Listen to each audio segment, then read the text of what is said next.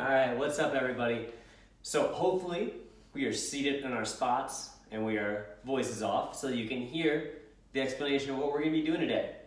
So yesterday we learned all about catching and we worked on our catching low, catching high skills with the ball against the wall. Today we're going to be focusing a lot on tossing and a little bit of catching in there with it. There's going to be 3 different ways we're going to end up tossing today. One is with 2 hands. One is with our dominant hand, and one is going to be with our non-dominant hand. The first way, with both hands, now I'm using a basketball, you guys are probably going to be using something like a beanbag, so it's going to be much smaller. But you're going to hold it with both hands in front of you, and a toss with both hands is very simple because all you're going to do is swing your arms forward.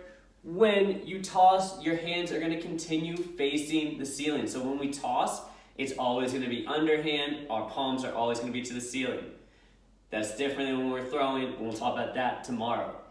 So the first way, both hands on the ball or beanbag and tossing to your spot, to whatever your target is going to be. The second way we're going to be tossing is with our dominant hand. So that's the one you might throw with without even thinking about it. That might be the one that you write with. It'll change person to person. So for me, my dominant hand is this one right here. And when I'm tossing something, I'm gonna grab one of my dog's toys actually. I'm gonna have it in my palm. So our steps for tossing, we start standing facing our target. It's gonna be tick, tock, step, toss. And just like before, I'm underhand. When we toss, it should look kind of like a rainbow. We don't want it going straight at the person or our target. We want it to make like an arc, like a rainbow. So again, from the side, that's gonna look like tick, tock, step, toss. Our third way, like I said, is gonna be with our non-dominant hand. So sometimes when we use our dominant hand, we get kind of lazy with it and we just kind of go through the motion without going through all the steps. When we're forced to use our non-dominant hand, we have to think about all the steps we're going through. So, again, same thing, it's just in your opposite hand. It'll be a tick, tock, step, and toss. Those are our steps to tossing. We're gonna get to practice those in just a moment. All right, our first activity today. About half the class is gonna get a beanbag. Now, that does not mean you're not gonna get your own beanbag at some point, but right now, it's just half the class will have a beanbag, half the class doesn't.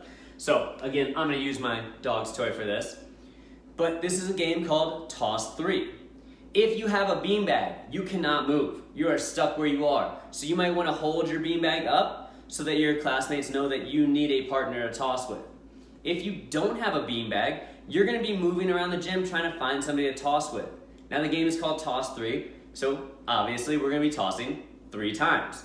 Now, that means you're going to come up to your partner and you're going to say, all right, let's toss. You're going to do 1 toss, then you'll toss back, and then you'll toss a 3rd time. So the person that started with a beanbag now has to go find a new partner, and the person that didn't have a beanbag before is gonna have to stand in their spot and hold their beanbag up and wait for somebody to start with. There's gonna be 3 different versions of this, just like we talked about before. You're gonna have the 2-handed toss, the dominant hand toss, and then the non-dominant hand toss.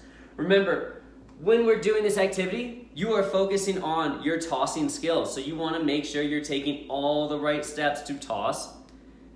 And then you're also focusing on catching. Since we're tossing, you're probably going to be catching with your pinkies together. If it's a good toss, it should be coming in an arc and just about right to you so you can catch in your hands. Try to use only your hands. Don't hug the ball. Just catch with your hands.